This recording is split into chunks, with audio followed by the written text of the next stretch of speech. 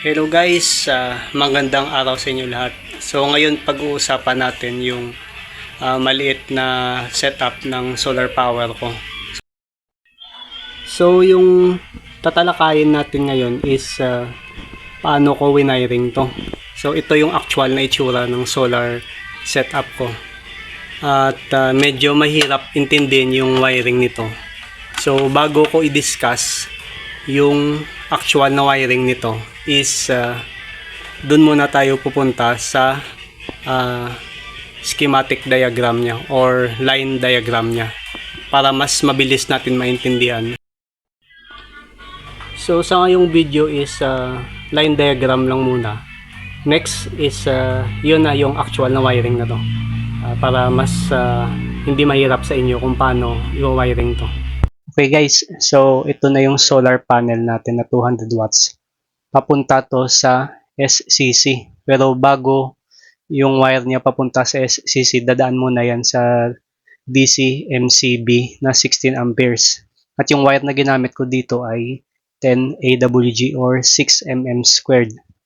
At yung labas naman or output ng DC MCB natin, papunta na yun sa SCC. 10 AWG din yung wire na ginamit ko dito. So, mapapansin nyo dito is meron diyang positive, negative. Careful lang kayo dito sa polarity niya. So, makikita naman paano yan in-install or may sign naman yan ng positive or negative. And then yung papuntang from SCC to battery, dadaan muna yan sa high voltage disconnect.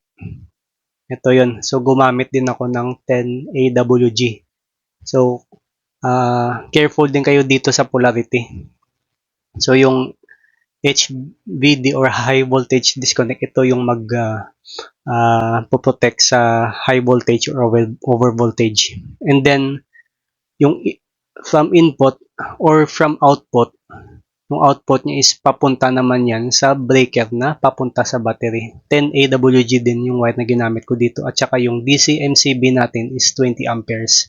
And then from output ng DC MCB na 20 amperes, papunta na yun ng battery. So yung wire na ginamit ko dito is 6 AWG. 6 AWG yung ginamit ko dito kasi dapat malaki ito since yung computation nito is based sa capacity ng inverter natin.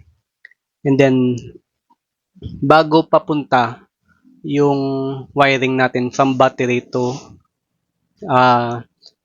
inverter, i-prepare ko muna yung low voltage disconnect tsaka relay. So, from terminal ng battery, magko-connect ako dyan ng low voltage disconnect. Yung wire na ginamit ko dito is 20 AWG or speaker wire. Maliit lang na wire yung kailangan dito since sobrang liit lang naman ng current na dumadaan dyan.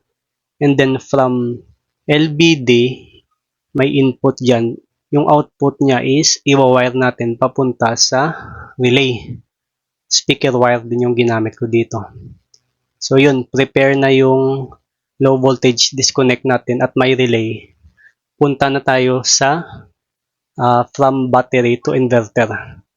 So bago pupunta sa battery to inverter, dadaan muna ng DC breaker or DC MCB na 40 amperes. By the way guys, yung connection ko dito is hindi ako nag-direct dito sa terminal ng battery. Dito ako nag-tap ng wiring ko from output ng DC-MCB ng battery papunta dito sa input ng DC-MCB na papunta sa inverter. So, yung purpose nito is para tipid sa wiring.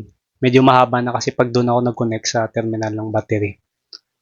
So, okay. So, doon na tayo sa output ng DC-MCB natin na papunta sa inverter. So, yun. Kung mapapansin nyo, yung positive terminal ng inverter natin is dumaan muna sa relay. Pinutol ko yung wire at nag-connect ko dyan. By the way guys, yung relay is either positive or negative, walang problema yan. And then yung terminal niya na galing sa LBD is wala namang polarity yan. So kahit positive or negative dyan na magkabaliktad, okay lang. So basta ganito, yan lang yung klase ng relay na ginamit nyo. Okay?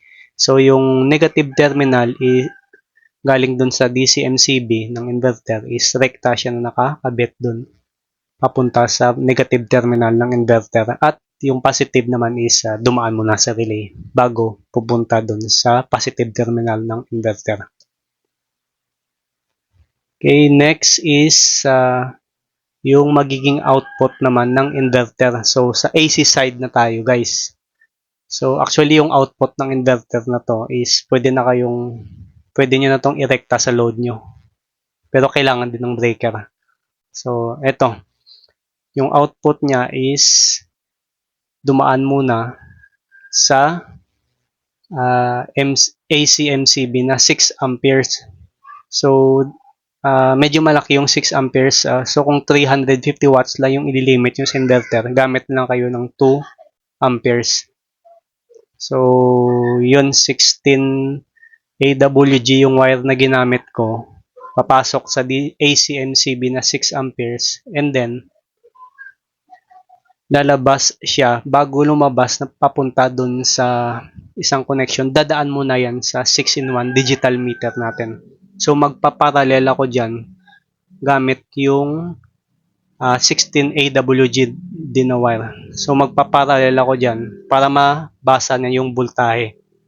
And then next na wire is papunta na yan sa ATS, pero yung isang wire dadaan muna yan sa butas ng digital meter natin para mabasa niya yung current, kasi kailangan para mabasa yung power consumption ng load natin is kailangan ng voltahe tsaka yung current. Kaya yung isang wire is dadaan muna yan.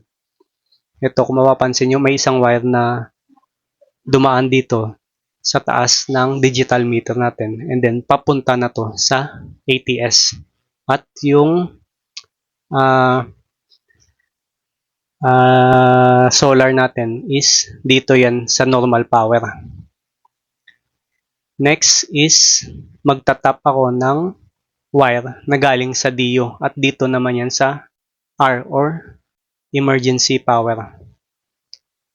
So ibig sabihin is ito sa picture na to is yung nagsusupply ng power is DIO, pero normally is yun, naka-normal yan.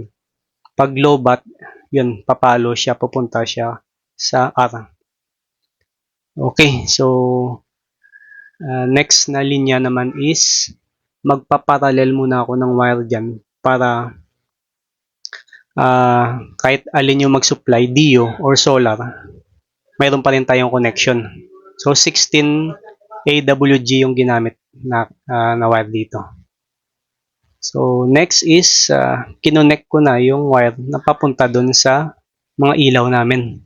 Ito kasi yung setup namin, rekta na siya na naka-wire. Dito ko na nirekta. Kinuha ko to sa main breaker at dito ko na tinap yung lahat ng susupplyan niya na ilaw. Dito na yan. Then next is nag-tap din ako dito or nag-parallel at gumamit ako ng outlet. Sa outlet na to is nagkabit ako ng mga extension para sa load sa room 1 and then para sa load sa room 2. So ito yung ginawa ko, guys, kasi may mga malalaking appliances kami na hindi kaya ng inverter. So depende sa inyo. Dito pa lang sa output ng ATS, pwede niyo nang irekta to kung kaya ng inverter nyo yung load nyo. Pwede nyo nang irekta yan sa main breaker nyo. Pero sa setup ko ngayon, hindi ko siya nirekta. Kasi hindi kaya ng breaker ko yung lahat ng load dito sa bahay. May mga pressure washer kasi kami, sound system, tsaka refrigerator, plancha. Kaya yun yung mga mabibigat na load na hindi kayang supplyan ng inverter. Kaya separate outlet yun. At si DIO na mismo yung nagsusupply. So ito na, guys, yung complete setup ng solar power ko na maliit lang.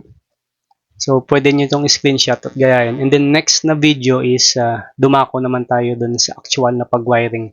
So, i-discuss ko kung mula sa solar panel papunta sa breaker at balik-balikan natin to yung schematic diagram natin para mas lalo nyo maiintindihan.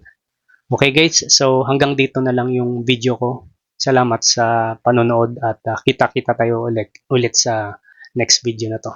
Paalam guys, bye!